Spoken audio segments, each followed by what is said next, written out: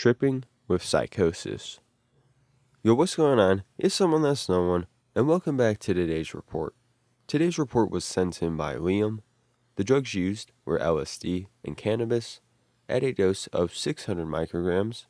The route of administration, orally for the LSD and smoked for the cannabis. Gender, male. Weight, 135 pounds. Age, 16.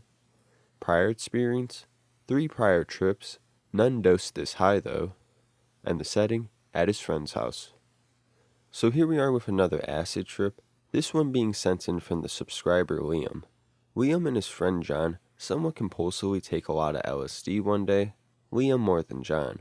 To say the least, it hits Liam a lot harder than he anticipated or could handle really. He experiences a variety of reality-bending effects, entities, ego loss, various auditory hallucinations, and much more that just make the experience very intense for him. But he does have a pretty satisfactory outcome once he is through the madness that I'm sure many could relate with. But this is a pretty classic acid trip that I'm sure many of you will enjoy, so let's waste no time and jump right into this. This was by far the worst trip experience I've had to date. Nothing could have prepared me for the horror that awaited. It was at my friend's house, we can call him John, and it was around morning. It was just me and John at the beginning, but someone was coming to pick up weed. They ended up staying for a while, so me and John decided to just pop the tabs while they were there. I took 3 tabs, whilst John did 2 tabs. Once all the tabs were digested, I felt like I made a huge mistake, but I didn't dwell on the thought. The 3 of us went outside to the backyard and shared a joint. I sat on grass and started feeling waves of nausea, but I tried playing it off by making jokes. The person that came over was new to the whole drugs thing and was really high. She wanted to go inside, so we went back into John's room. This is where things took a turn for the worst. About 15 minutes after consuming the tabs, it felt like I went from nothing to peak.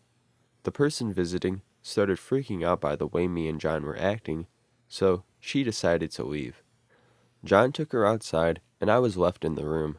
It felt like he left forever. The walls of the room started diminishing into what looked like infinities everywhere. I started getting very confused and felt like I was losing my mind. My friend came back, and I couldn't make out anything he was saying. I tried saying something, but it felt like I chewed my tongue off. I started to panic and saw blood all over. It was about 30 minutes in, and I wanted this to end so badly. I knew it was only going to get worse. John was getting freaked and said I was talking to someone that wasn't there. He went in another room for most of the peak of his trip. I tried calming myself with breathing patterns, but all I could think of was that I'm gonna die. I kept reminding myself I took the acid and it will be over eventually. However, I ended up forgetting I ever took it. I lay down on the bed, staring to the wall on the side of me. I started asking myself, who am I? Why am I here?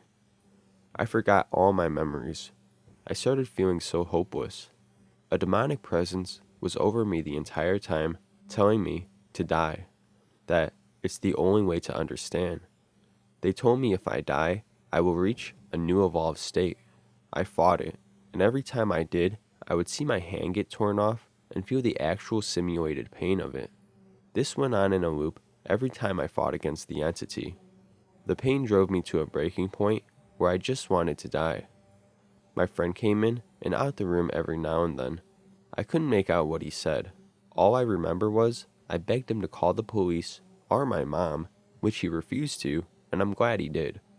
Either of those contacts would have made things worse. The loop of pain and the entity telling me to die went on for what felt like an eternity. I watched everything dissolve around me.